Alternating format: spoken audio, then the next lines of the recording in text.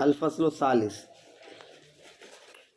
عن معاذ بن جبل قال قال رسول اللہ صلی اللہ علیہ وسلم ان الشیطان ذئب الانسان کذئب الغنم یاخذ الشاذۃ والقاسیۃ والناحیۃ وإیاکم والشعاب علیکم بالجماعۃ والعامۃ۔ تیسری فصل ہے۔ حضرت معاذ بن جبل رضی اللہ تعالیٰ عنہ فرماتے ہیں رسول اللہ صلی اللہ علیہ وسلم نے ارشاد فرمایا ان الشیطان ذئب الانسان، شیطان انسان کے لیے بھیڑیا ہے۔ شیطان انسان کا بھیڑیا ہے۔ کذئب الغنم، جیسے بھیڑیا، جیسے کہ بکریوں کا بھیڑیا۔ یاخذ الشاذۃ والقاسیۃ والناحیۃ،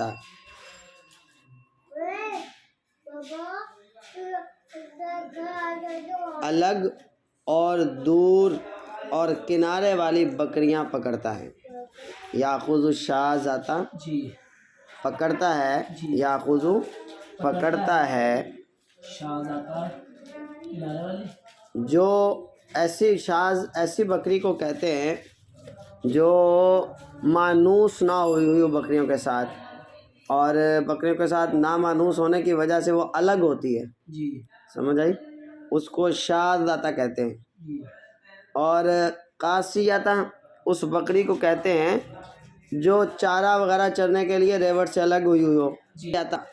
اس بکری کو کہتے ہیں جو ریوڑ کے کنارے پر ہو اور چرواہے کی توجہ اس کی طرف نہ ہو۔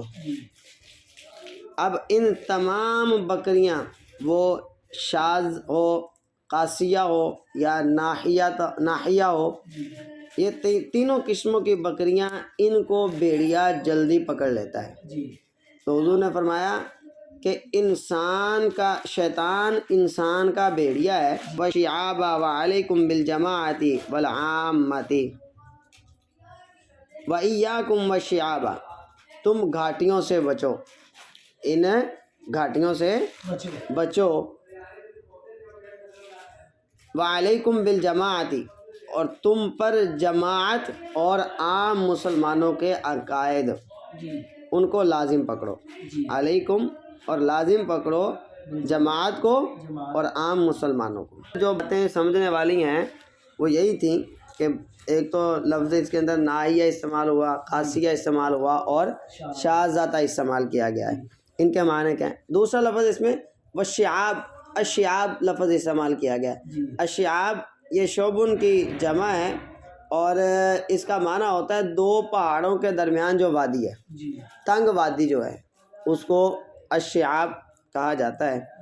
تیسری بات جو علیکم بالجماع، یعنی کہ جو جماعت بڑی جماعت ہے، اس جماعت کے عقائد کو پکڑنا تم پر لازم ہے، ان کی پیروی کرنا لازم ہے۔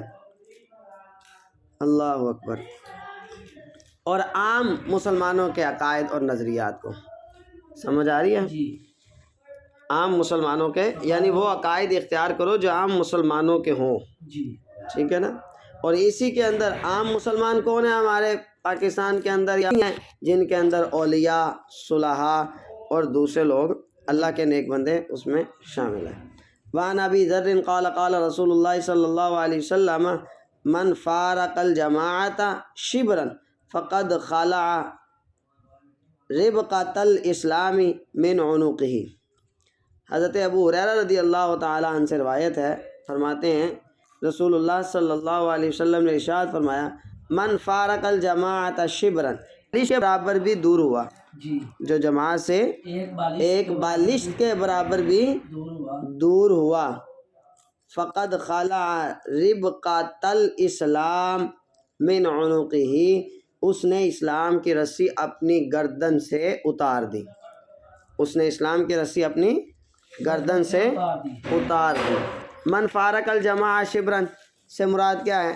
من فارکش، اس سے مراد یہ ہے کہ ایسا بندہ اپنے گلے سے اتار دیا. جی اب یہاں پر مثال یہ سمجھو کہ بکری ہے، ایک بکری مالک کے پاس بندھی ہوئی ہو، جی قلعے پر بندھی ہوئی ہو، وہ محفوظ رہتی ہے، اور جب قلعے سے دور ہو جائے، وہاں سے بھاگ جائے، تو پھر کیا ہوتا ہے؟ وہ کوئی نہ کوئی اٹھا کے لے جاتا ہے. یہی مثال مسلمان کی ہے، بندے کی ہے، کہ جب تک، اور مسلمان جتنے بھی ہیں یہ سارے رسول اللہ صلی اللہ علیہ وسلم کی رسول تک کامیاب ہے.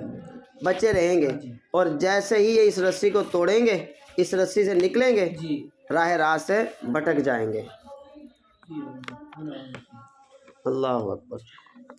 اور دوسری بات، اچھا جی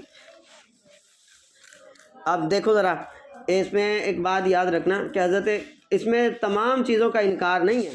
جی فرائض، بعض اوقات بندہ مستحبات کا بھی انکار کرے تو دائرہ اسلام سے خارج ہو جاتا ہے. اللہ تعالیٰ عنہ آپ ایمان لے آئے، یہودی تھے، یہودیت سے ایمان لائے، اور جب ایمان لائے تو حضرت عبداللہ بن سلام اونٹ کا گوشت نہیں کھاتے تھے. جی اللہ رب العالمین نے قرآن مجید کی آیات نازل فرما دی، فرمایا یا ایھا الذین آمنوا ادخلوا فی السلم کافہ، اے ایمان والو جب تم ایمان لے آئے ہو نا تو پھر مکمل طور پر ایمان کا تمہارے اندر راسخ ہو جانا چاہیے. تو پھر حضرت عبداللہ بن سلام اس کے بعد پھر گوشت کھانا شروع کر دیا آپ نے. اچھا جی. وان مالک ابن انس مرسلا، عن مالک ابن انس مرسلا قال قال رسول اللہ صلی اللہ علیہ وسلم ترکت فیکم امرین لن تضلوا ما تمسکتم بہما کتاب اللہ و سنت رسولہ، رواہ فی موطا. حضرت مالک بن انس رضی اللہ تعالیٰ مرسلن حدیث روایت کرتے ہیں، جی رسول اللہ صلی اللہ علیہ وسلم نے فرمایا، صحیح مرسلن کا مطلب حدیث مرسل وہ ہے جس میں صحابی کا ذکر نہ ہو، تابعی نبی کریم صلی اللہ علیہ وسلم سے روایت کرے. جی نبی کریم صلی اللہ علیہ وسلم نے فرمایا ترکت فیکم امرین، تمہارے درمیان میں دو چیزیں چھوڑے جا رہا، لن تضلوا ما تمسکتم بہما، جب تک تم ان کو مضبوطی سے تھامے رہو گے گمراہ نہ ہوگے. جی کون کون سی دو چیزیں؟ کتاب اللہ و سنت رسولہ، ایک کتاب اللہ ہے اور دوسری رسول اللہ صلی اللہ علیہ وسلم کی سنت ہے. کتاب اللہ سے کیا مراد ہے؟ تو کتاب اللہ سے کیا قرآن کی ساری آیات مراد ہیں؟ نہیں، بلکہ کتاب اللہ سے وہ آیات مراد ہیں جو منسوخ نہیں ہوئی، جو ناسخ ہیں، وہ کتابیں وہ آیات مراد ہیں. جو آیات منسوخ ہو گئی لیکن ان کی قرأت اب جائز ہے، وہ آیات ان سے مراد نہیں ہے. اسی طرح سنت رسول سے کیا مراد ہے؟ سنت رسول سے بھی وہ حضور علیہ الصلاۃ والسلام کے افعال مراد ہیں، جو وہ افعال مراد ہیں جو کیا نام ہے، جن کے اوپر کوئی نص موجود نہیں ہے، ناسخ نہیں ہوئی وہ، ٹھیک ہے نا، منسوخ نہیں ہوئی. اور جو منسوخ ہو گئے افعال حضور علیہ الصلاۃ والسلام سے تو وہ سنت رسول سے مراد ہے. جیسے کہ اب اندازہ کریں کہ رسول اللہ صلی اللہ علیہ وسلم کے زمانہ میں قبیلہ اورینا کے کچھ لوگ آئے، ان کے پیٹ خراب ہوئے، حضور نے فرمایا ان کو اونٹوں کے پیشاب اور اونٹنی، اب یہ انہی کے لیے خاص تھا، کسی دوسرے کے لیے خاص نہیں ہے. یہ حکم اسی وقت کے لیے تھا، اب یہ ختم ہو گیا. استنزاء البول جب حدیث مبارکہ فرمائی تو پچھلی حدیث کا حکم منسوخ ہو گیا. اسی طرح رفع الیدین ہے، حضور علیہ الصلاۃ والسلام نے رفع الیدین فرمایا ابتدائی اسلام میں، وہ ہم مانتے ہیں، لیکن بعد میں اس کو حضور نے چھوڑ دیا، وہ منسوخ ہو گیا حکم. اب وہ حکم سنت رسول سے مراد ہے نہیں. اسلام کے اندر نہیں، ابتدائی اسلام کے اندر شراب پینا حلال تھا، ٹھیک ہے. اب شراب اللہ رب العالمین نے جب قرآن مجید کو نازل فرما دیا، اب شراب کی حرمت نازل ہو گئی، تو اب شراب پینا حلال نہیں ہے، جائز نہیں ہے. یہ سارے معاملات تو سنت رسول اور کتاب اللہ سے وہ آیات و احادیث مراد ہیں جو منسوخ نہیں ہوئیں، سمجھ آئیے، ان کا عمل باقی ہے. اسی کو بندہ لے کر بیان کرے کہ جی دیکھیں اللہ رسول اللہ صلی اللہ علیہ وسلم دو چیزیں ذکر فرمائی ہیں، کتاب اللہ اور سنت رسول۔ جی آپ اصول دین کے اندر 3 چیزیں بنائے، 4 چیزیں بھی نکال لیتے ہیں جی، ایک قیاس بھی نکالتے ہیں اور اجماع بھی نکالتے ہیں۔ تو اجماع تو قیاس اس میں مراد ہی نہیں ہے۔ تو حضور کے زمانے میں اجماع اور قیاس یہ 2 چیزیں تھیں ہی نہیں، اس لیے کہ حضور خود موجود تھے، کسی کو اجتہاد کرنے کی ضرورت ہی نہیں تھی۔ جب وسلم کے پاس حاضر ہوتے نبی کریم صلی اللہ علیہ وسلم اس پر جو بھی بات ہوتی اس کو ذکر فرما دیتے، ان کو اجتہاد کی ضرورت ہی نہ رہی۔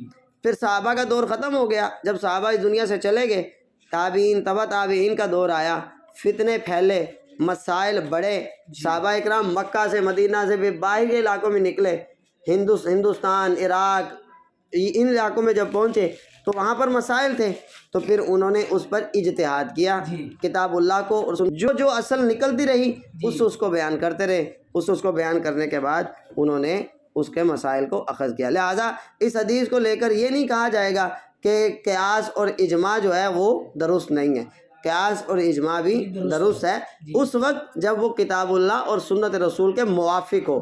اگر وہ سنت رسول کے موافق نہ ہوا تو وہ قیاس جائز نہیں ہے۔ چلو جی، یہ آج کا سبق مکمل ہوا جی۔